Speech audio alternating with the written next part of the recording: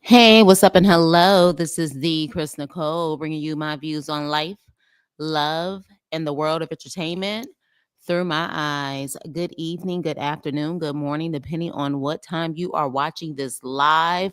Hello, crew. Hope all is well. Make sure you hit the like button on the way in. Whew. So, when I created this thumbnail and was preparing for this live, there were only 2 episodes that they actually had up. However, by today, there were 5 episodes. Okay. The 5th episode is so recent that they actually dated the interview January 22nd of 2025. So the last episode was literally filmed 7 days ago. Okay. So, hey, Jay. Hey. So, yeah. So, first things first, you guys thought the last documentary was pretty good. This documentary blows everything out the water. This is a mini series. I want to say it's only 5 episodes, but who knows? I believe this was the Discovery Channel and Rolling Stones who did this, if I'm not mistaken. I'm going to let you know now. Trigger warning. Trigger warning. Because I was very uncomfortable watching this miniseries. Very uncomfortable. Hey, Shayla. Yeah. It was hard to watch. It was hard to watch because what you saw was people truly reliving their moment of terror. And that's hard to watch. Anybody with any heart, and I'm what they would call an empath. You know, some people don't like the word empath. I do have a heart, okay? So I don't like to see people in pain, reliving their trauma, especially when you can tell that they have been holding this in for so long and been living in fear for so long. This was so uncomfortable, you guys. And let me know in the chat. Put a 1 in the chat if you actually watched it. Okay. If you did watch it, put a 1 in the chat. And again, this is 5 episodes. I don't know if they actually showed I think they posted maybe the last 3 episodes today. I just saw them today. But with that being said, you guys, there are a couple of things that are already in this documentary that we already know about. We already know about the City College situation. We know about the allegations of, them pretty much saying if he has something to do with Biggie, if he has something to do with Pac. Like, to me, those are constant things that we do hear about. Hey, Mia, which documentary is this streaming on? Discovery. This is Discovery. But there was new things that were told today from the eyes of people who have actually submitted claims against him. For example, Little Rod is on this one. And honestly, you guys, if they're bold enough to do this documentary, my educated guess, but my opinion, this is not factual, but this is my opinion, they're going to be taking the stand when this trial starts. If you're bold enough to do it now, I'm going to assume they're one of the many people who's going to be on the prosecutor side giving their testimony. Okay? So, starting off, and I'm just going to go victim by victim. Okay? Victim by victim. And first person who rattled me, and I'm going to tell you why this rattled me, okay? Her name is Danielle Smith. And when I saw her, I said, she looked familiar as hell. I was like, who is this lady? Well, come to find out, she actually was the former editor-in-chief of Vibe magazine. But when Vibe magazine was popping, I wasn't living in New York. I was still in high school, but I was like, this lady looked really, really familiar. Like, I know someone who she knows. We have, talked in some way. Like, she looked really, really familiar. So then I was actually on a fellow YouTube channel, Celebrity Scandalous. I don't know if you guys have seen her in here. Make sure you guys go follow her. And I think she mentioned her and she said, oh, she's from the Bay Area. And I'm like, oh, okay. But as much as I have frequent the Bay Area, I still wouldn't probably know her from there. But so I started to research when I saw her face. She was born in the Bay Area, but she ended up moving here to LA. She went to St. Mary's High School, which is a known high school here in Inglewood. And I said, oh, she's from here. I'm telling you, I gotta know her from somewhere. She's affiliated with someone I know, family members that may know her.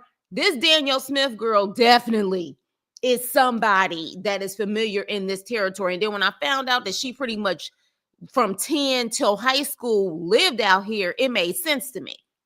So with that being said, she was the first person that we saw in the documentary. And when I tell you, her main thing was, the main story that she said was, remember Diddy and Nas did a song together. Hey, V baby. Diddy and Nas did a song together. Remember, you can hate me now, but I won't stop now. Remember that song, right? And remember, in that controversial video, they tried to make it seem like they was the Almighty God, Jesus. And they was trying to hang up on the cross. Blasphemy, but that's what they did. And so apparently, but apparently I think around that time, because we got a whole nother story when it came to that video, but around that time, I guess Diddy was selected for the cover of the magazine. It was like she said the December 97, January 98 double issue. Okay. And so it was Diddy who was, I guess, in a white feather, like he was the angel devil theme or whatever the case may be for that magazine. And he contacted her requesting to see the cover so he could give his own final approval. Okay. Mind you, this is the editor-in-chief. She is the head honcho. But of course, being a Black woman, you know what I'm saying? I guess he felt like he could muscle her. But honestly, I don't even know. Even if it would have been a Black man, he probably felt like he could have muscled him too. But with that, she denied it and was like, no, you can't see it. So I guess he kept calling her and she denied him again. But then this time around, he ends up pretty much taking it there, saying that he would see her unalive. And I think the actual word she said was unalive in a trunk. In other words, pretty much putting it out there that if you don't do what I'm asking you to do or telling you to do, you're going to be unalive in a trunk. If she did not show him the cover. Mind you, this is a cover of a magazine, y'all. A cover of a magazine. Any situation you doing all of that, you're insane to me. But a cover of a magazine, this is what it was about. And so she told him, you need to take that back. And he refused, saying he ain't about to do nothing. And so she got her legal counsel involved, who contacted him and said, if you don't apologize to her, we're going to notify the authorities. If he didn't fax over an apology. And I think she said within 2 hours or so, he faxed over that apology. But later on, she alleges that Combs, Diddy, had two tough guys go to the Vibe office to pretty much handle business when it came to her, Danielle Smith. And it got so crazy for her that staff members had to send her away in a cab to protect her. And she said, while she's telling the story, she don't even remember it actually happening because she was so terrified that they said she was so terrified that it's like the psychologically you could be so terrified and so traumatized by something, you can block it out of your mind and can't even really remember what happened. She said that's what happened to her. That's what happened to her. Okay. So literally, and while she's saying this, almost everyone who was in this documentary talking either was crying, fighting back tears, or looked like they just still shell shocked still to this day. Still to this day. Well, this is how the freaking documentary starts off. Over a magazine cover that she's responsible for. And anybody, of course, magazines aren't really popular like they used to be. But the cover was really important. And you didn't want the cover getting out to anyone because that is what sold your magazine. So, yeah. So this is what it starts off when they talk about Demon Diddy. Okay. And so that definitely shook me just off the bat. I was like, okay, but then they really get deep because we've heard so long about how this possibly only started when he started getting fame and power and money, and how money powers success, and being under the influence can really alter people. Well, baby, this lady right here who is blacked out, can't blame her. She is a fellow classmate when Diddy was at Howard University. Okay. And she explains that he was outside one night out of their dormitory, and her roommate looked out. Now, interesting enough, this was in a dormitory. So if he was that loud where they looked out the window, chances are there were other people who looked out the window too. Notice no one else is coming forward. Notice that, right? So she says she's out, hears him screaming. He has a belt in his hand and he's swinging it, hitting the walls or whatever case may be, pretty much telling somebody to get their ass outside ASAP. And she said a girl goes outside. A girl, I think she came out of that dormitory. And next thing you know, there's DV involved with that belt. Okay. And they're pretty much screaming from their window saying, get off of her, get off of her. And he's like, you mind your effing business. And apparently he pushed her back in a dorm where people who were maybe looking out their window couldn't really see what was going on. But she said no one called the authorities. No one went down to help her, or whatever the case may be. None of that happened. So this just shows you that even back then, when he was just Mount Vernon Sean Combs, who was a student, based on her story, he had those tendencies even back then. And it also shows you how even popularity, because apparently he was really popular his time there, has an honorary degree there, but honorary degrees, in my opinion, can be bought. But popularity will make people turn a blind eye too, not just money, but popularity. So they gave an example, and it was masterfully done, gave an example of how there were signs of it even before he became Diddy or Puff Daddy. All right. So she talks about it. And so my guess, though, because she's blacked out, they not about to have her on the stand and talk about this. They may use this video, though. They may use this video in the courts. So definitely that they set the foundation that he has had an issue probably since childhood. Allegedly, too. Allegedly, he also was getting down with men while at Howard, too. Allegedly. That's been the rumor around, too. But, all alleged. Now, with that being said, the nightclub incident, and I think we all know, but I'll break it down for those who maybe don't know about the nightclub incident with him and J-Lo. and how him and J-Lo went to this nightclub with Shine. And, Shine had that. What was the song called? I can't even remember what the song was called. And I don't even know if any of you guys would know in the chat. But he had that song. Oh, whoa. I don't know what the hell they were saying. But yes, you know the song I'm talking about. But with that being said, went to the nightclub, and the lady that is there with the glasses, hey, Veronica, and also with the bandage on her face, that is the same lady, and how she was at the club, actually there with to support her friend, I think, who was a promoter for the club that night. And she said that there was people who was getting at Diddy thinking he was all that.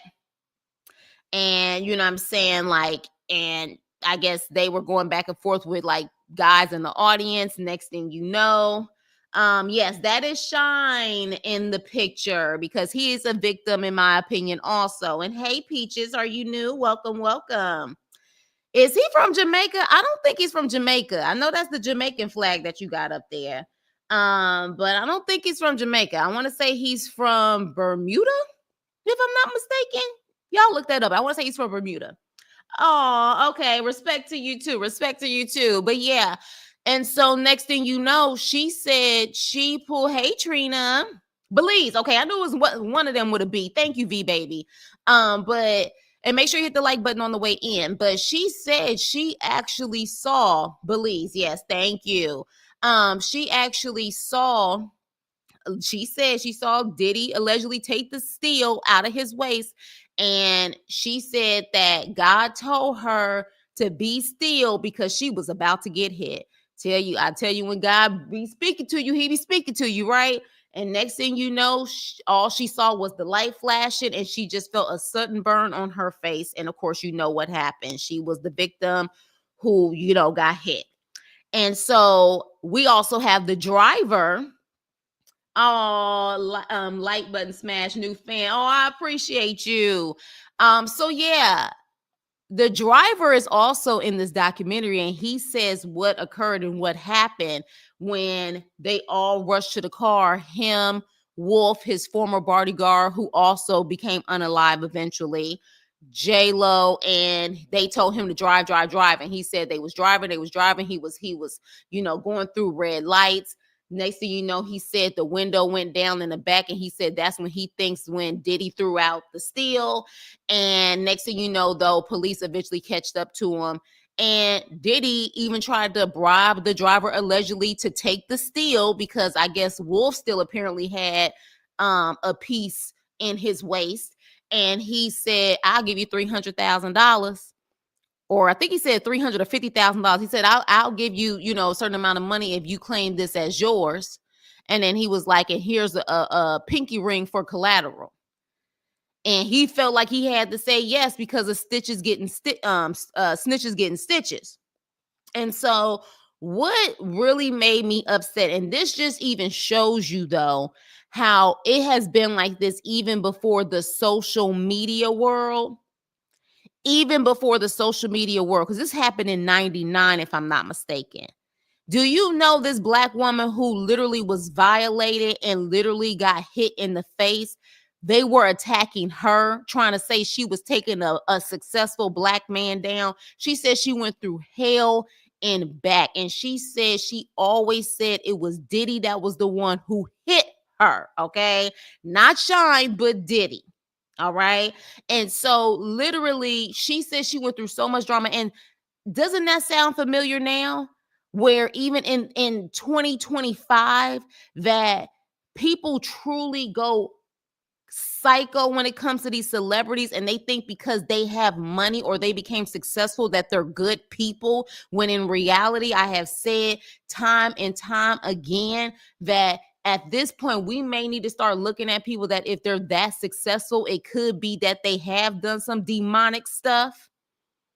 You know what I'm saying? Like, so don't assume because someone has money and fame that they did everything the right way and they worked so hard to get there. Get the hell up out of there. So literally, she went through that. This black woman, mind you, she is the one who was in the hospital.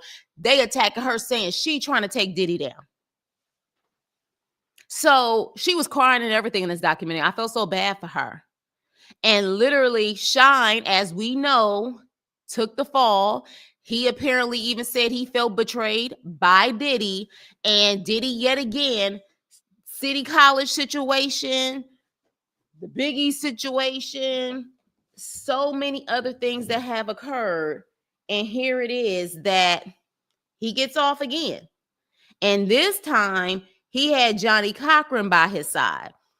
Now, you know Johnny Cochran is about winning any case necessary. I wish he wouldn't have took that case, but he did, and Diddy and Wolf, his bodyguard, ended up getting off, and Shine had to spend years in prison. So I was just like, this is unbelievable. And I think she's still going through it. She's still going through it. But I'm so proud of this sister for putting her face out there still and still standing 10 toes down on her story. And I'm hoping now people believe her, but I do feel we still have enough fools out there who are so starstruck that they still want to sit up there and protect Diddy by any means necessary. Steve Stout. Oh my gosh. I heard about this story. I heard about Steve Stout. Steve Stout was the one during the video You Can Hate Me Now with Nas. He actually he didn't like the video or the part where they showed Diddy in the video. He didn't like it. Diddy didn't like it. And so with that, I guess it didn't get removed, or whatever he didn't like didn't get removed. And he went to Steve Stout's office with his entourage apparently and ended up going in on Steve Stout. Okay. So with that, that's another situation. And he got sentenced to 1 day of anger management for the incident. 1 day. 1 day. Okay. Yes. So yes, same story, not a single lie. Right. She has stayed with the same story, the same exact story. So Steve Stout, I mean, like, and this is 30 plus years of this man getting away with everything. Now, this man shook me too. He shook me, and I felt so bad for him because you can tell he is still traumatized by that moment. You can tell that he was reliving the moment while he was actually talking about it. And so this gentleman right here, he was a concert promoter back then. I think the way you pronounce his name is DeWitt Gilmore. And he was a concert promoter. And I remember this, but they talk about in a documentary how Death Row was about to expand to Death Row East. Okay. They were trying to take over the East Coast at that time when all of the West Coast, East Coast stuff was going down. And so this concert promoter, they had, I guess, a Death Row promoter out there. And apparently he was passing out shirts that said, the label, but East on there. Okay. So he decided to wear the Death Row East t-shirt. And I guess Diddy saw him with that t-shirt on and started talking about how he was a bitch for wearing the shirt. Okay. Now, mind you, this is another thing that makes it so interesting. Hey, Yuli, this is what makes it so interesting because looks could have people. If you look at Suge Knight naturally, big guy, tall, also really big, was a former football player. His look in general looks intimidating as hell. Then you see Diddy, who at most soaking wet is maybe 5'9", and I'm being generous that he's 5'9". He's probably maybe like more 5'8".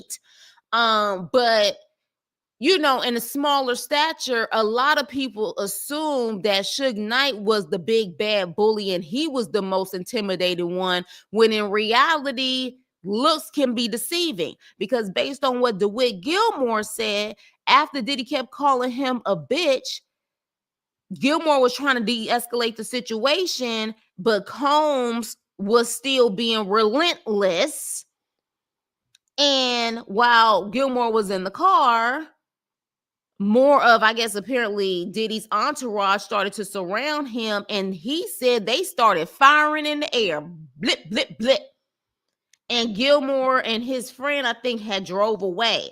And next thing you know, Combs apparently and his team was chasing him allegedly all through Manhattan. All through Manhattan. You know what I'm saying? Interesting enough. Now, what's so interesting is I believe this was around the time that was the bodyguard's name, Gene Deal. This was around the time that Gene Deal was around, because Gene Deal said he was around doing that West Coast, East Coast stuff. In fact, he said he was there when Biggie got unalived.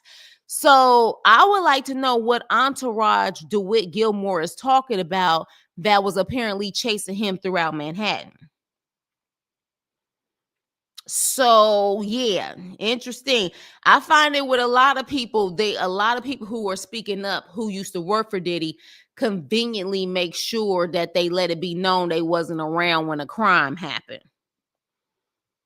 I'm just saying. Now, maybe by the grace of God, it didn't happen when they was there, but I'm just saying. But yeah, so with that, but when he was describing it, y'all, I mean, if you look in his eyes here, he was just terrified talking about, like, he was reliving the moment that he thought he was going to be taken out. No one should feel that way. No one should feel that their life is about to end over this man. You know what I'm saying? Because he clearly got his own internal issues. You know what I mean? Let me see. Everybody can't be lying. Exactly. Common denominator. And especially with how detailed these people were. If you guys looked at that documentary, every last person who described their story, it was so detailed, you guys. So detailed. So I'm not saying that people won't lie about details too, but just the details of them knowing the surroundings at the time, what was happening, even the smells that they were smelling. I don't know, y'all. I don't know. Child, Diddy is a great example of nurture versus nature. What it has nurtured to be who he is, or was he modeled to be like that.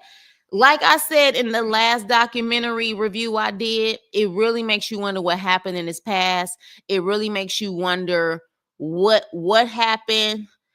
I feel like something happened and he truly blames his mother, in my opinion, which is why apparently they claim he's so disrespectful to his mother, allegedly.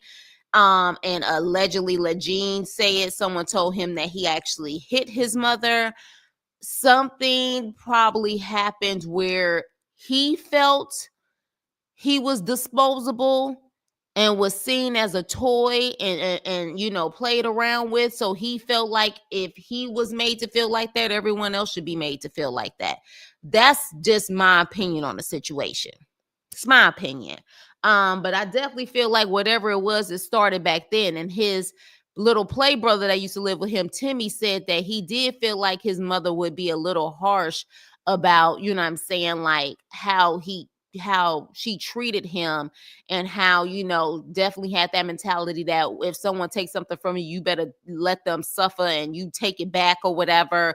And how maybe, you know, violating him in some kind of way, maybe a little bit going too far with, you know what I'm saying, the whoopings. I don't know. And of course, they try to say, you know, he longed for wanting to know his father. He barely has memories of his father, if any. Let me tell you something. There's too many people out there who did not have their father growing up, and they did not become this way. So we're not going to say the no father situation is the reason. I personally think, in my opinion, something happened to him. Something happened to him. And because of how he felt and how he continued to feel, he wanted people to feel the same way. Because no one secure is going to do the things that they're saying that this man did. Sorry, just absolutely not. Absolutely not. Little Rod. Now, this was to me a shocking situation that he was bold enough to be on this documentary. Because remember, he was another one after Cassie that I think really shook and rattled people, because he was the one who I think mentioned Cuba Gooding Jr. and had a picture with Cuba Gooding Jr. having his arm wrapped around him and so many other details. So like the fact that he was on here, let me see. Yes, both him and the girl, the red had me in the interview. They truly look scared. They look terrified. I ain't even got to her yet. She almost had me in tears. Facts. I'm adopted and grew up with a single mom. Right, Trina? Yeah, we not about to sit up there and say his father being missing is what made him the monster that they say he is. No, hell no. Hell no. You know what I'm saying? Absolutely not. We ain't doing that one. Because if that's the case, everybody who didn't have a parent in their life is demented like this. No. Nuh-uh. So, Little Rod. Now, Little Rod, remember, was the producer of Combs' Love album. Although he's never been paid for it. He literally said he still has not been paid for his work he did on the Love album. He said Diddy muscled him and got up in his face and was like, you won't charge me. You know who I am. You know what I'm saying? Like, and literally like muscled him to not pay him. And on top of that, did all the other things he claims that he did to him allegedly. All right.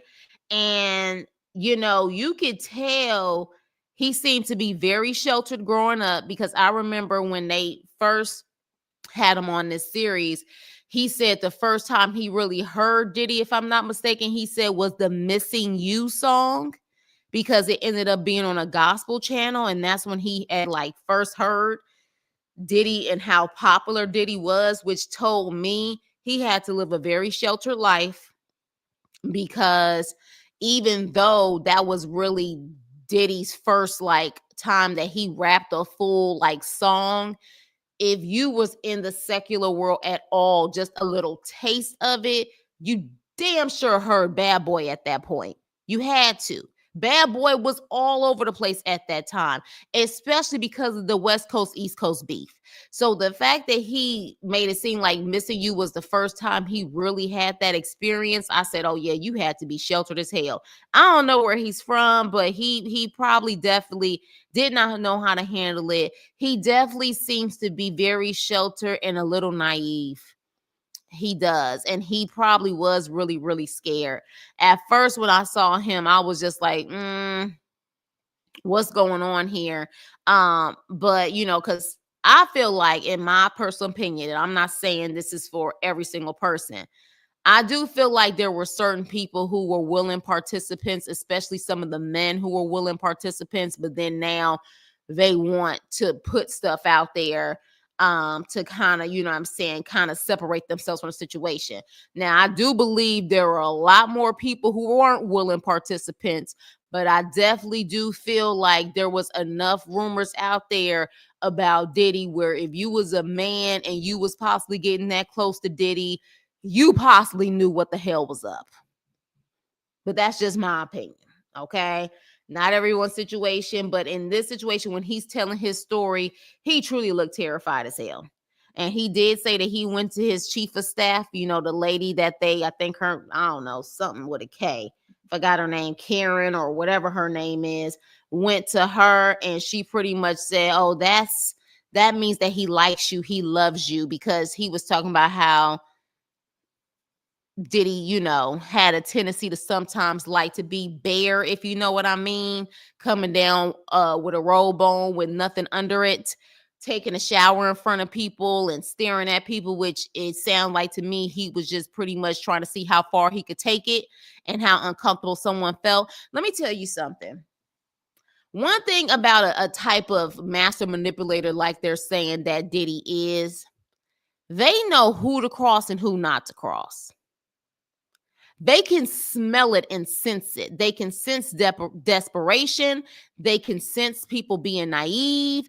They can sense it, because there's no way in the world that out of 30 years that he didn't possibly try someone that would have taken him to the upper room or the pits of hell.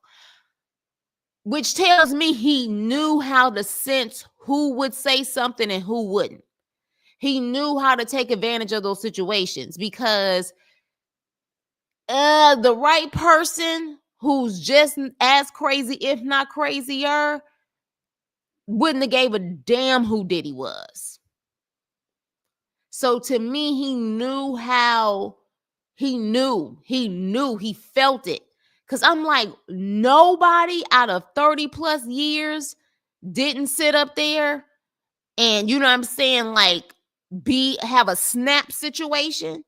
Because a lot of things that they're describing, anybody, you know what I'm saying, would, they would be like, oh, I'ma snap on your ass. Crazy meets crazy. So yeah, so it's just very interesting. But yeah, he definitely was in here. I have a feeling we're gonna hear about all of these people that are gonna be in the trial. I just have a gut feeling. But Jordan, his chef, I don't know how to say her last name. The chef, same situation. Not only did she mention the Cassie situation and things that she heard or saw, but she talked about her situation and how, she said there was a lot of substances involved, but how he got up in her face. And she said one time she was like, you know what? F you, I quit.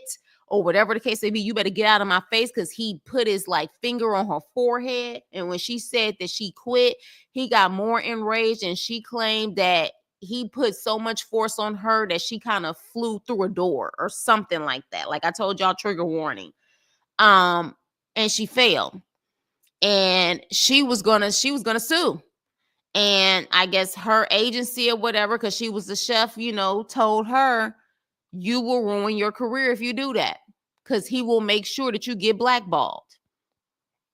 So a lot of these people stayed silent for the purpose of trying to continue their career. But the interesting thing is, were they able to continue their career? That's the interesting thing. And I don't even know if it was always just necessarily career. You know what I'm saying? Also could be, the fact that, they were scared for their lives. But it definitely, I'm just like, did you guys even get the career that you actually wanted? You know what I mean? Like, did you get the career that you actually want? I would say no. Little Rod ain't got no damn career. He didn't even get paid for that Love album. Maybe Jordan was able to continue. Cassie wasn't able to continue. So when you really think about it, a lot of these people remained silent, thinking that it was going to save their careers, when no, they still didn't end up really having the one that they probably wanted, which makes it even more effed up. Ooh, child, we ain't going to even. I know he got a story to tell.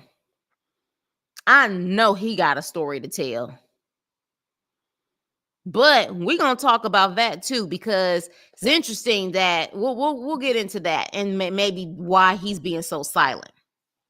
But yeah, she told her story, and so she never said anything. D Woods. And I remember the scene where they showed D Woods, because I was a faithful Making the Band viewer back then.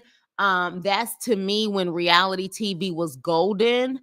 And I remember D Woods when he was telling her she was pretty much fat and saying that she was one cheeseburger away from being fat. Mind you, I said, well, damn, if you think she fat, I can't imagine what you would think about me. D Woods, she was a thick girl. She didn't have no stomach. She didn't have no rolls. But because she wasn't like a size 2, he was shaming her on the show. And I think back then, people looked at it as a key. But in reality, now that you see this, like, he was just really trying to break people down. Interesting enough,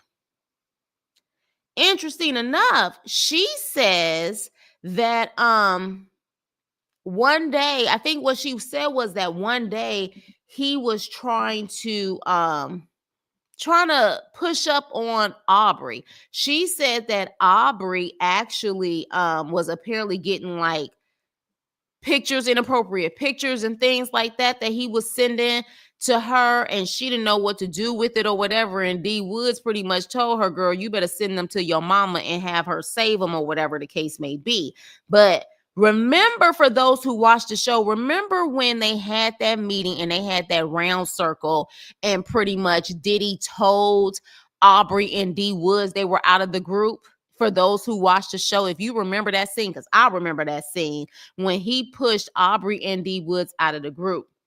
Well, apparently he did that right after he tried to push up on Aubrey. And I think he tried to push up on D Woods because she said that they ended up going to New York Fashion Week.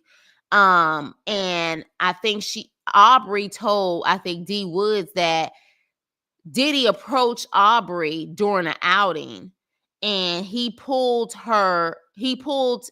Aubrey close to him and said, now you're hot enough where I can F you. And so at that point, I guess Aubrey turned away his advances.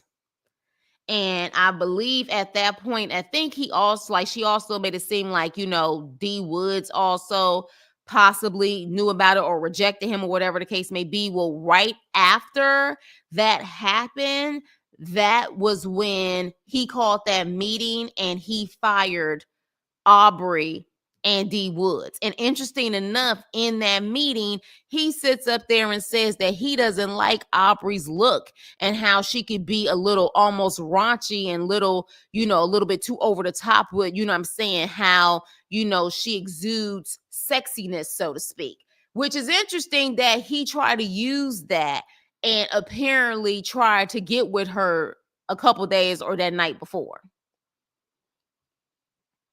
So yeah.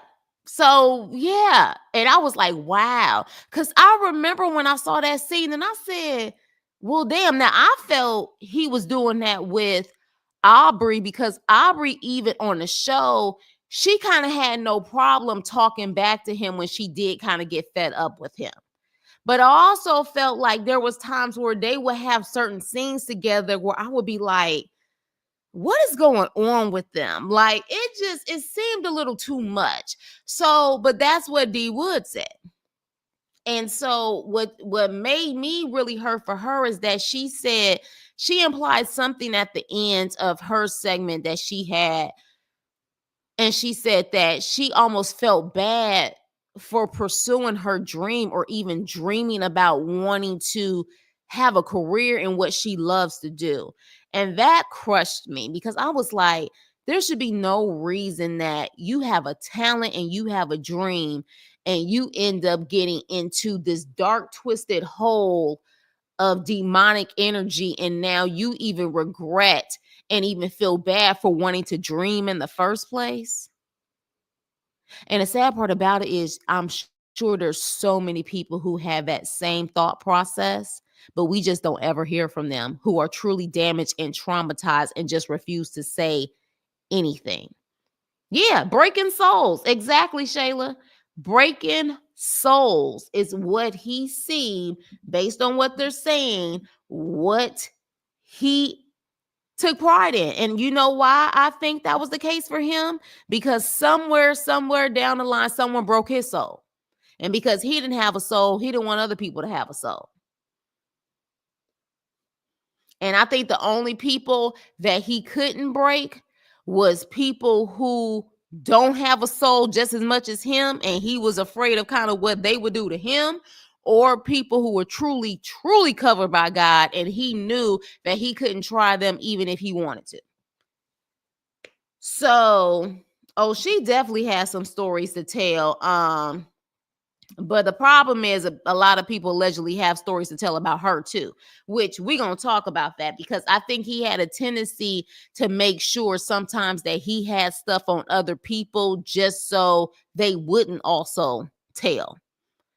It was both ways. You violate to make them feel so bad and so shooken up that they won't say anything, or you put them in compromising positions where they're too afraid to speak up because then they will get exposed. Whew. Thalia. I think her name is Thalia Graves. Now, this one shook me. Oh my gosh, it shook me. For those who saw it, did y'all see her story? Did you see her story? Whoo, boy. Again, trigger warning, y'all. I gotta say trigger warning in all of this. This one was deep. This one was deep. She said back in 2001, Thalia was a girlfriend of one of Diddy's colleagues. I guess her ex-boyfriend used to work at Bad Boy. And apparently her boyfriend used to apparently mess up a lot. I don't know if he was just partying too much, whatever case may be, but he would constantly mess up. And one of the things that her and Diddy had a bond about was trying to make sure that her boyfriend kept his stuff together so he could be successful. And so one day he called her and said, your boyfriend is effing up again. He's effing up. And so because they had that conversation before, she was like, okay, well, what do I have to do to, pull it together? Especially in your 20s and stuff. Chad, you think you could be super saver for everybody and trying to help people, you know what I'm saying? Especially your man, my man. So Diddy came to pick her up and they take her to the studio. And I guess she thought they was going to the studio to check in on her boo on what he's doing. And during the ride, Diddy asked her, would you like something to drink? And she said, yeah, what you got?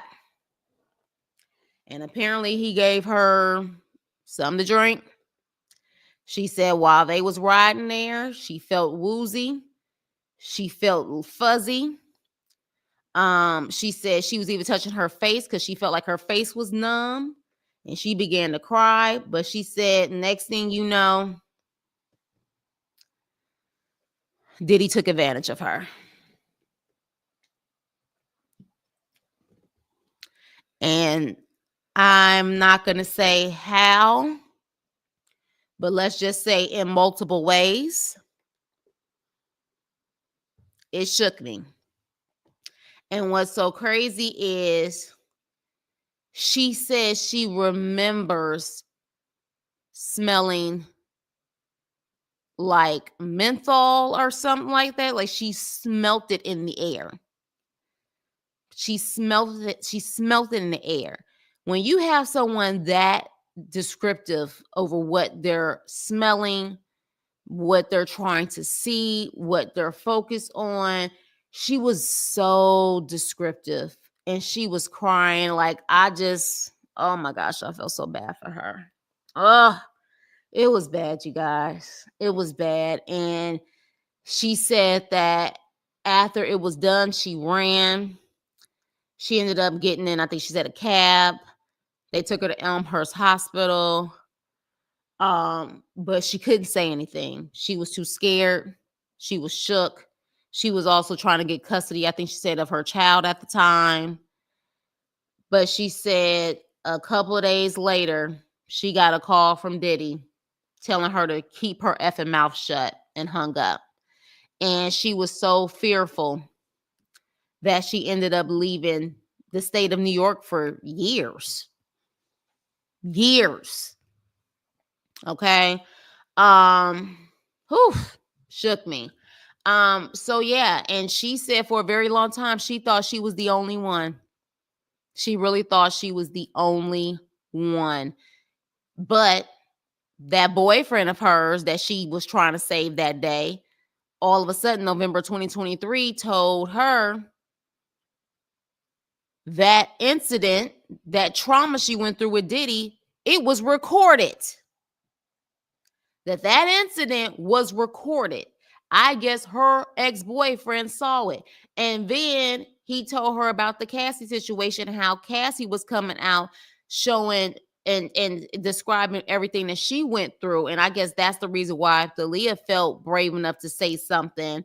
But interesting enough, I don't know if you guys saw the end, because at the end of every episode, there's like actual quote or whatever the case may be from Diddy's attorney or someone else. But interesting enough, after Thalia told her story, it said at the end of it that Thalia's ex-boyfriend claims that she bribed him to tell that story. That's what she did. That the story wasn't true. Interesting. I tell you, boy. I tell you. I'm interested to know who that ex is. But yeah, he pretty much said, "Oh, she told me to lie for her. That she told me to do, allegedly." So, of course, they talk about Cassie too. He needs to go to jail. I don't know if he even knows how to deal with a cursed one like Diddy. Child, this man is a monster. You know, with everything that they said, I don't see how he's not gonna get life. But stranger things have happened, especially with people with money. But with everything that they said, and I'm sure there's so much more, I don't see how he can. I don't see how he can. I don't. Yeah, you can say innocent until proven guilty, but you guys, when you see this documentary, for those who haven't seen it yet, it's just really hard to not look at everything and hear all those details and say, so you mean to tell me all these people lying on you? Every last one of them lying on you? Come on. And so when they came to Cassie, we pretty much know Cassie's story, but I didn't know Cassie was actually dating that guy Ryan Leslie, who is a artist and a producer. I didn't know he was dating her. I thought he was pretty much like having Cassie as his protege or whatever the case may be. Apparently, Ryan Leslie was dating her, and Diddy did everything he could, including make a fake event to lure Cassie in to get her away from Ryan Leslie. But interesting enough, she ended up getting lured away from Ryan Leslie. Like she allowed Diddy to take her away from Ryan Leslie, which is interesting. I'm sure if she had to do it all over again, though, she would have thought twice about it. But I might have to do a deep dive because it's just too many people around me, in my opinion, that was around Cassie that I'm just like, you mean to tell me you didn't know none of this shit? I'm sorry. You didn't know none of it. You didn't know none of the stuff was going down, including her and her DV situation, but also you wasn't a participant like Cassie's friends that were around her. Like, you mean nothing? Nothing? It's hard for me to believe. It's hard for me to believe. But remember, they talked about when he got his BET Lifetime Achievement Award, and he said, "Thank you, Cassie, for bringing me through the dark times." And that was after, if I'm not mistaken, Kim Porter was unalived, allegedly, because they, let Al B. Sure say it. She was unalived. This wasn't no incident of, accident, her being sick. But apparently, when he said, "Thank you for helping me through the dark times," that was a signal. What was possibly to come, almost implying that maybe she could possibly be gone too. And so that's what made her spring into action to protect herself. Can you imagine, after all of that time that they had been separated? I think they had been separated for a couple of years at that point, at least. And he gives you that type of shout out on his stage for the Lifetime Achievement Award. Ugh. Ugh. Telling you, it's crazy. Yes, I remember Cassie rushing to his side after Kim passed away. Oh my gosh. Wait, was Cassie by his side when Kim passed? Or wasn't she already with that man she's with now that got kids? I thought she had already separated herself. Did she rush back to him at that time? Is that when Young Miami had the yes? Yes, Trina. That was when she had that Go Poppy sign in the audience, but he's saying, "Thank you, Cassie, for getting me through the dark times."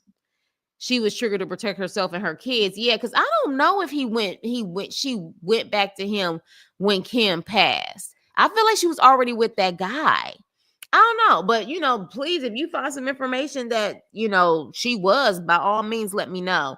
But yeah, Thalia, I'm praying for everybody in this situation because this is crazy. Like, it just really, It makes you have a different perspective with so many things. We have talked about so much, y'all, since I've started this channel almost 2 years ago. When it comes to the demented stuff, from the Nickelodeon stuff to the Diddy stuff to the allegations from, you know what I'm saying, like the so-called BFF of Will Smith, Jay-Z. It's so much stuff where it just says, damn, like for those who possibly didn't make it, rejection was God's protection, because it's almost like people who truly got these opportunities, they either have to be silent for the rest of their lives or they're going to be in fear. I'm hoping that these people can finally live their lives again, because something tells me they haven't been able to live their lives in a very long time. In a very long time. She wasn't. Really? We're gonna have to do some research on that. Because I'm trying to figure, when did she, I feel like it was in 2018. When did Cassie and Diddy break up? They split in October of 2018, based on my quick Google search. Cassie had her first child. So, okay, so that was 2000, October 2018. She had her first child in December of 2019. So, yeah, Cassie Ventura gave birth to her first child, Frankie Fine, on December 6, 2019. She broke up in October, apparently, of 2018 with Diddy. If she had that baby in December, she had to get pregnant, what, y'all? Around, what, April? Am I getting it correct? April? Wait. March, around that time? Am I tripping, y'all? Or am I right? Or hell. So around that time, I'm assuming. So it wasn't even a year after she left Diddy that she was with that guy who apparently was a trainer, if I'm not mistaken. Because I think it was a big thing that once she left Diddy, that she was dating the trainer of Diddy and her, allegedly. So, and then Kim passed when? Kim Porter passed. So bet. There it is. Okay, so October of 2018 is when they broke up. November of 2018, so almost a month later, Kim passed. So a month after they broke up, Kim passed. So is it possible that she a month later went back to him or whatever? Maybe, but I don't know. I don't know if she was by his side or whatever. But yeah, Cassie by Diddy's side after. Let's see. Oh, yes. Cassie, the ex-girlfriend of Sean Diddy Combs, was by his side after Kim Porter passed. The two were seen together in Los Angeles the day after Porter passed. Yep. V baby, you are accurate, my love. Based off of the quick Google search, when she passed, a month later after they broke up, Cassie was there. And then quickly, I guess after that, Cassie moved on to the man that she currently has. I think that is her husband now. There is more episodes of the docuseries. I'm sure there is, because this episode 5 was really, really quick. You know what I'm saying? So I'm sure there may be more, because they came out with these like back to back. So there's probably more. March. I got pregnant April 2018. My baby was born in January. Okay, so March. Okay, perfect. Thank you, Trina. So yeah, so with that being said, she was now, let the rumor mill tell it. Kim kind of warned Cassie, or they had some type of conversation with Cassie. I know Jaguar Wright said that. Some other people I think have said that. Who knows if did she go back that way because she was trying to see if there was some information? Did she go back to see if she felt like he did something? Who knows? But it seemed like once she did that, she still got another quick getaway and left again and ended up getting with that guy, allegedly. So yeah, but with that being said, moving on. Now, to me, this kind of creeped me out because she kind of reminds me of a young Cassie. When Cassie was around 19 when she met Diddy, this beautiful girl right here, which her name is Kat Payson or Passon, if I'm not mistaken. She is a model from Canada. What is it about Canada? Is this something in the water? Because I feel like there's a lot of people who come here from Canada that are like just strikingly beautiful. Like they just have this look, and I'm like, is it something in their water? Because this girl, she's a beautiful girl. But unfortunately, ended up meeting Diddy. She's a Canadian model actress. She moved to Los Angeles in 2013, and in the summertime, she was at the Soho House, and she ends up running into Diddy. Okay,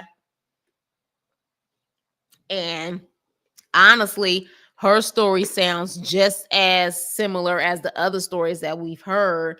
But, of course, it didn't start immediately. He kind of, it started off with just hanging out, having fun and stuff like that. And how she even made a comment that apparently while they was watching the Surviving R. Kelly documentary, isn't that interesting? They actually was watching the Surviving R. Kelly documentary, and she asked Combs to watch it with her. Like they watched it, and while he was walking out of the room or whatever, I guess apparently or allegedly he told her, "There's a little bit of R. Kelly in all of us. The devil is a lie. Ain't no type of R. Kelly in me." But she said he said that, and she was like, "What? What?" Like she was just caught off guard. And she said one night, while they were at his home, he ended up taking that Tootsie that they was talking about, that pink substance, which they call Tootsie. And the next thing you know, she was asleep and he did what he did. Kind of like the same situation with Thalia. And so at that point, she ended up leaving the situation, of course, and he did the same thing with her like he did with Thalia. A couple weeks later, called her and pretty much said she better not say anything and to shut the F up, otherwise she'll be deported back to Canada. Hey, Lansky, what's up? What's up? So yeah, and so she says she hasn't really wanted to talk about it or whatever the case may be. But I'm sure even in that and her not saying anything and remaining silent again, I'm sure her career was never the same after that, or she never even was able to pursue or get her career kicked off.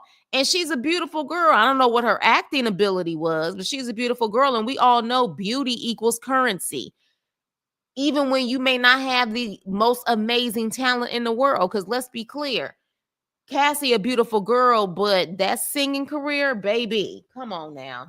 Let's just be honest. We can be honest real quick, even in these dark stories and definitely rough things to discuss. But Cassie couldn't sing, in my opinion. She was like a Vanity.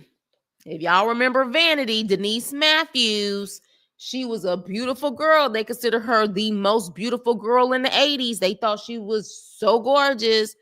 And as much as we love Nasty Girl, we know she couldn't sing. Okay? All right. So, and this is the same thing. Yeah, Cassie only had one hit. And I remember when she literally Dream Destroyer, he's a soul destroyer. Just like y'all say, he's a soul destroyer, in my opinion, allegedly. But Cassie, I remember that hit, and it was a hit because of the music. you could tell that, in my opinion, they put a lot of work on her vocals so she could sound good. But I remember she performed on 106 in Park, and it was so dry. She was just, it was no personality. She just had the mic to her face. It was so close up on her face because I was like, is she lip syncing and she don't want people to see she doing a Milli Vanilli? What's going on here? But even her performance was boring. And I said, this is an example of how beauty equals currency, and beauty can get you in places that people who may not be as pretty but have amazing talent, they can't get as far. I was really shocked. I said, okay, this is a hit song and you come up on 106 in Park, and I would rather talk to a brick wall than to watch this so-called performance. You know what I'm saying? You think she could dance too? I didn't even think she could dance. Because I remember in her video, she was trying to mimic and trying to reminisce of Pleasure Principle with Janet Jackson. And I was like, girl, this mirror scene that you're doing, I was completely bored with the video too. But again, they were showing that her face card doesn't decline. That's what you was really looking at more so than any dance appeal or singing appeal. Why did D Wood say people still listening to Daddy Kane? That was a lie. I mean, you may have some people. I mean, I never bought into, I didn't even buy their album. I was more interested in the reality show than the actual groups that he did. And you know why? Because it was very obvious he wasn't even interested in those groups. To me, those reality shows was just a way to propel him and to get him on TV and to make it about him. It was never about those groups. Yeah, he made money off of them shows. He made a lot of money. Let some of the ones who was on those shows say it. He made millions while they made pennies, if anything at all. But yeah, it was never about them groups. Official Girl with Wayne was nice. Official Girl, that's a song? V Baby, help me out, sis. That's a song. Was that Cassie song? See, that shows you I don't know, chat. I don't know. And then this was episode 5. This was episode 5, okay? Who, child? Now, this is Phil Pines. And I must say, y'all, when I saw him, I was like, he looked like Diddy's type. And I ain't trying to be funny, but I'm being serious. Because one thing about it, in my opinion, Diddy had, in my opinion, an obsession and yet also a hatred for light-skinned or racially ambiguous people. That's just my opinion. Because when you look at the Albie Shores of the world, and like he, to me, has an obsession, yet a slight hatred. And that kind of, to me, also can come from the colorism and probably him growing up and seeing that, you know, the girls was always going for the light-skinned curly hair guys or whatever the case may be, and wanting to kind of be like that, but then also despising at the same time. I don't know, but you know, we definitely need to, if we could ever get into his psyche, I would be quite interested. But yeah, one of Day 26 songs is still on repeat in my life. See Lansky, Trina likes one of Day 26 songs. Hey, Bookworm. The man looks like my daddy. He's so hilarious. So yeah, so this is Phil Pines. Mind you, they just did his interview 7 days ago. You look at episode 5, they put in big bold letters that it says the date of that interview is January 22nd, 2025. So they just did this. All right. Oh, you gonna watch the documentary? Yeah, watch the documentary, then come back and then let me know what you think in the comment section. Big Bookworm. Appreciate you stopping by. Make sure you hit the like button. So yeah, so with that, this guy was his assistant. He served as his senior executive assistant from December of 2019 to, I think he said 2021. Like, I think he spent 2 years there. And he talked about his experiences working for Diddy. Mind you, this man got all the text messages. He even has all of the recordings of Diddy telling him things that he need to do, telling him what he needed as far as substances were concerned. He got all of that. He got all of it. And clearly at this point, if we heard some of it on this freaking episode, baby, the feds got it. Okay. The feds definitely got it. So he was talking about how he looked up to Diddy, and then he opens up about, one of Diddy's employees, and how, he assisted, as one of Diddy's employees, how he assisted on the professional and, private, and eventually was always helping with what he said were called Wild King nights or Wild King hotel nights, which we know them as the freak offs, the FOs, okay? But he was always told they were Wild King nights, and how, he said those parties, he said that he would have to clean up. And when he talking about clean up, he said there would be all types of fluids all over the place, and so much baby oil that he said you would slide and literally fall on the floor. And how he would be having the duty, he had to clean that stuff up. When Diddy would call and say that, what I'm saying, clean up, or they did too much in the hotel, is because he pretty much destroyed a room or a hotel, and his team would have to clean it up.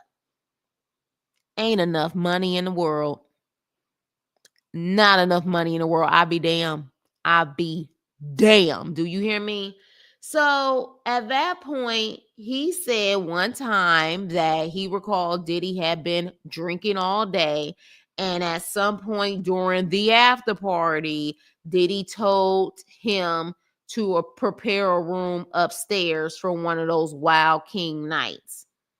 And he said that there was always a small group of people. He said it wasn't like those parties was just for a small group of people. And he said that he gestured him to, come over, which was not uncommon but rare. And he said that Diddy looked out of his mind. And at that point, Diddy said to him, "Prove your loyalty to me." Yeah, he said, "Prove your loyalty to me." And when I heard that, I said, "Oh, shit. Okay." But what happened is that he pretty much told this assistant to have freaky tales with a woman. So pretty much kind of forced that. And he said that, I guess, the woman gave her consent or whatever, but that he had to do freaky tales. But he said once Diddy left the room, he ran out. And he also added that, Diddy chief of staff, her name is Christina, would, he would talk to Christina about what was going on with Diddy, but she always instructed him not to ever speak about it. And how he pretty much will provide everything, not also clean up stuff, but all the substances and stuff too. And so even the interview was like, "Why the hell would you do this?" And he said, "You don't know what's going to happen, and or what you're going to do when you're in those type of positions." And he said, he comes from a very Christian background, and he starts to kind of cry, and he was like, "He got me. He got me. He did."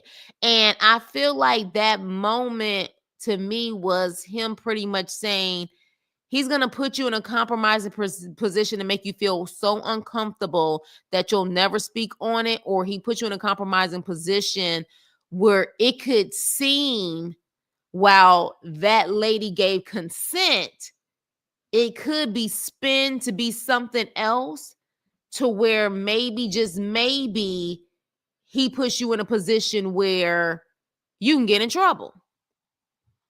So it almost kind of came off when he was like, he got me, that he was trying to say he could have easily spent that and then I could have been in some legal trouble.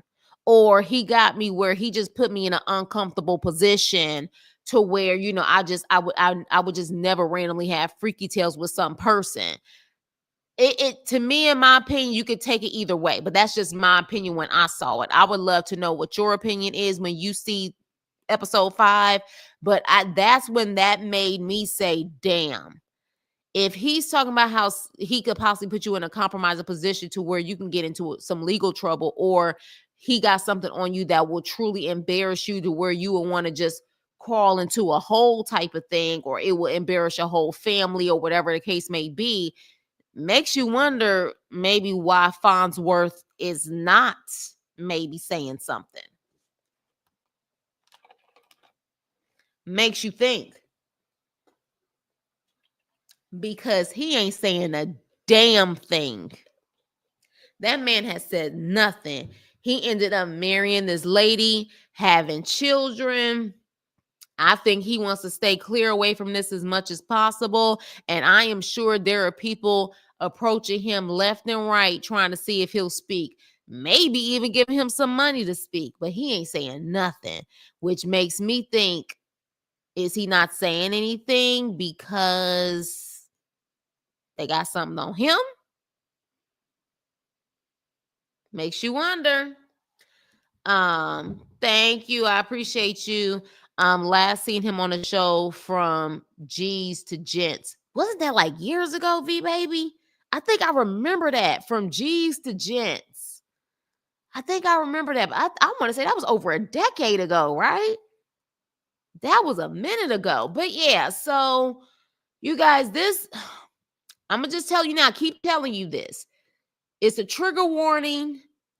It makes you uncomfortable, but it's very powerful. Now, apparently there may be more episodes. I will definitely, review the remaining episodes. I just reviewed episodes 1 through 5.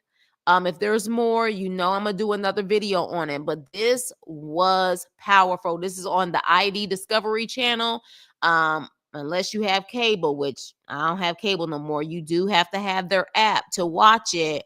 But it definitely, while uncomfortable, and it rattles you, it shakes you, makes you cry, because it's very hard to see people relive their trauma and their pain.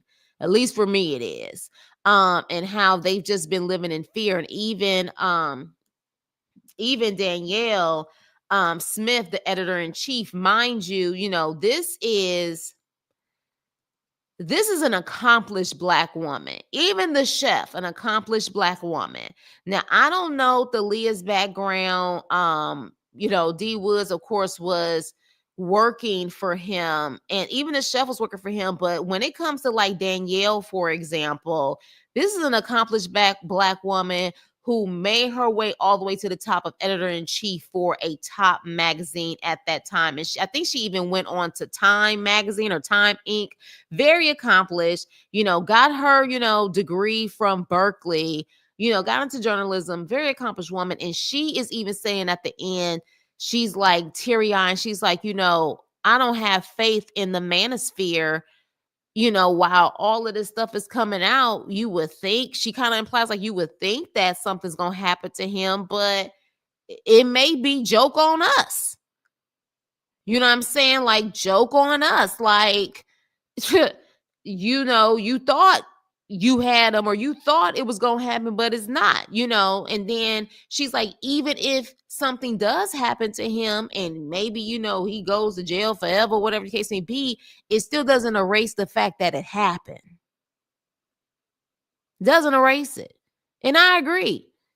While all of these people may finally get justice for all of the years that this has been over their head and all of the trauma that they've gone through, allegedly, with also, because again, I have to keep saying allegedly, because again, I wasn't there. I can't say that it's factual, but with everything that they're saying that they allegedly went through,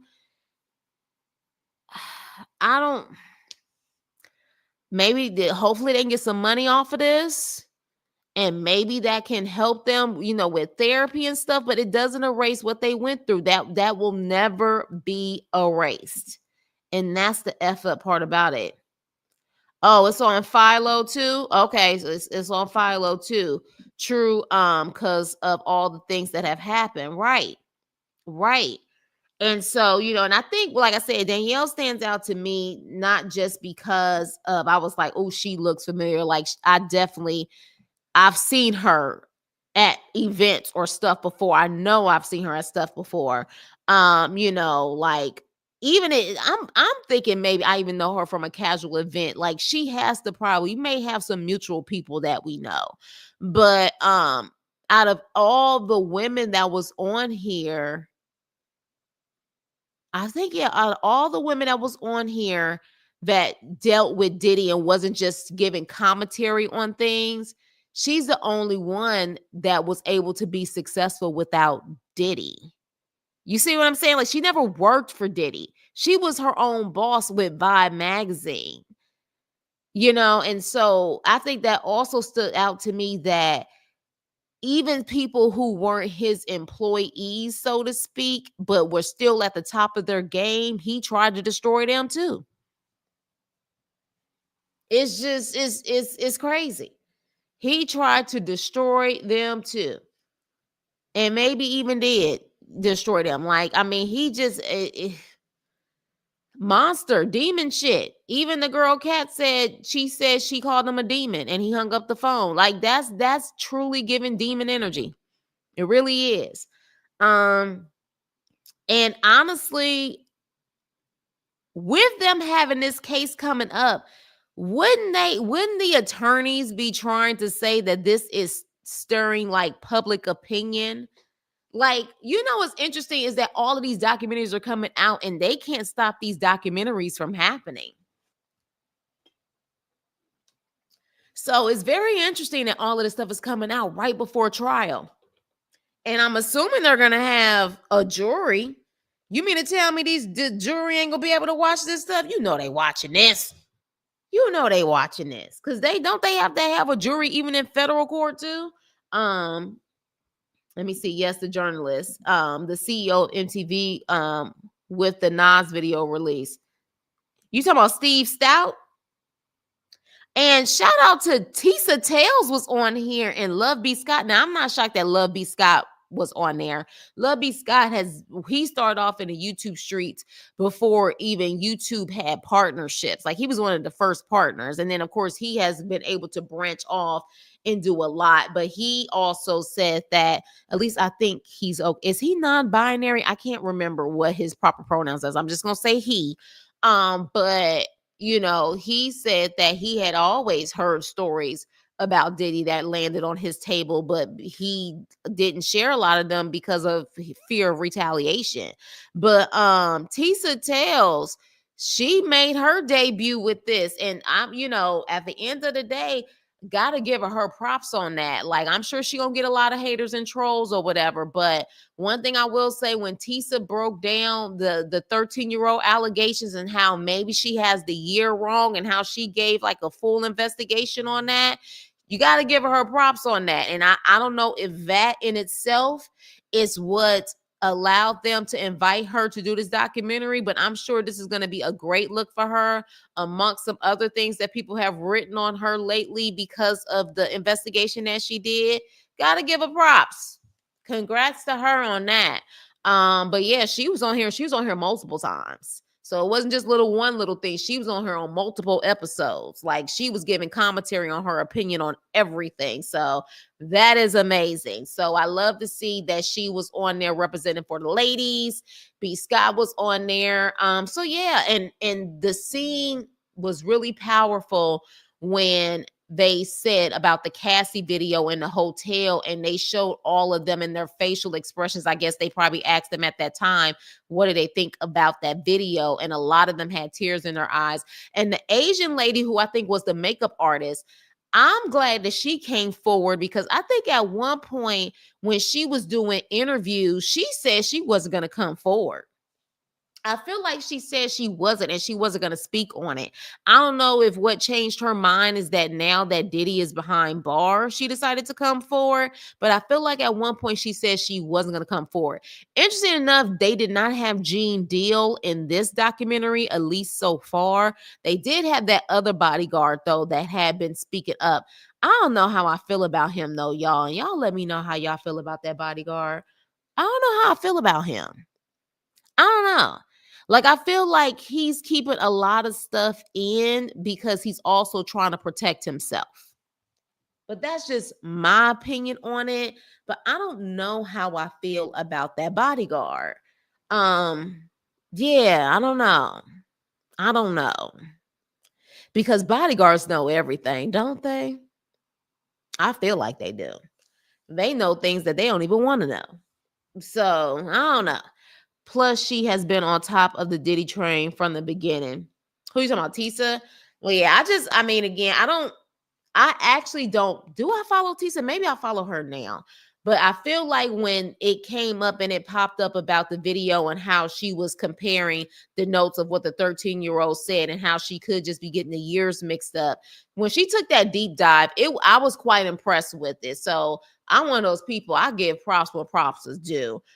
She did a phenomenal job on that, and that probably kind of really had these people contact her. But then again, she has a phenomenal following, so I'm sure that also helped too. But yeah, she definitely did her thing, and it shows here. I'm sure she may be on some other documentaries about Diddy soon, because again, 50's supposed to be doing a documentary. Everybody doing a documentary. I think Jay said earlier, even Tubi has a damn documentary at this point. And when people start doing documentaries left and right, but I will say this fall of Diddy documentary is truly giving me surviving R. Kelly documentary. This was executed so well that this is the surviving Diddy version, like the surviving R. Kelly version for Diddy, the fall of Diddy. And again, I think I want to say Rolling Stones was a part of this. Again, if I'm not mistaken, I saw their name pop up in the beginning of it, which is interesting because they're the top freaking music magazine. When you start getting people like Rolling Stones and big channels like Peacock, which is owned by NBC, willing to do documentaries, baby, it's a done deal. It's a done deal. Like, again, stranger things have happened, but if he gets out of if he gets out of this, I wouldn't know what to say. Like, I wouldn't know what to say about that because everything is almost set up like the dominoes have officially fallen. And this is all the proof that they're going to put in this case with more explicit details than what we heard in this documentary. And they got really detailed on this. Hey, T Pretty. Hey, girl. That's all right, girl. Replay gang, replay gang. I was there when she was reading the lawsuit for Cassie. Oh, yeah, I wasn't. I just recently, I think, really heard about Tisa Tales. You know how else I heard about Tisa Tales? I think Jaguar Wright said something about Tisa Tales, didn't she? I forgot, but I feel like she said, I think that's when I really heard, I was like, Tisa Tales. So I think she said something about Tisa Tales, and Tisa said something about Tiffany Haddish or something. I can't remember, child. But I feel like that's when I first heard her name. So far, this has been the best documentary. It has. It has. I like the one on Peacock, but baby, this one take the cake. This one takes the cake. And if we got more episodes, I'm just like, if they got more episodes on this, The Fall of Diddy, I'm like, damn. Because they got so detailed on this. And y'all saw how many alleged victims I done put up here. You saw how many people, like, I'm like, damn, how many more people are going to speak up? And that's not even everyone that was on this documentary. I didn't even bother doing the city college because of course, we already know about that from the former documentaries, and just growing up, we heard about that. There was other people I didn't put on here. So I'm like, if they got more episodes, what else are they about to tell us that we haven't heard about? Gosh, like this almost made me want to sip on some dark liquor, because this was deep. This was deep. It was really hard to process. So I would recommend people who are triggered by SA and stuff like that, you either may want to brace yourself if you are going to watch it, or don't watch it at all. because it really does get deep and very uncomfortable. I'm not gonna lie to you. It does. Hey Daisy, getting your workout over with. All right. Well, replay game, replay game. But yeah, with that being said, you guys, I appreciate you guys for listening.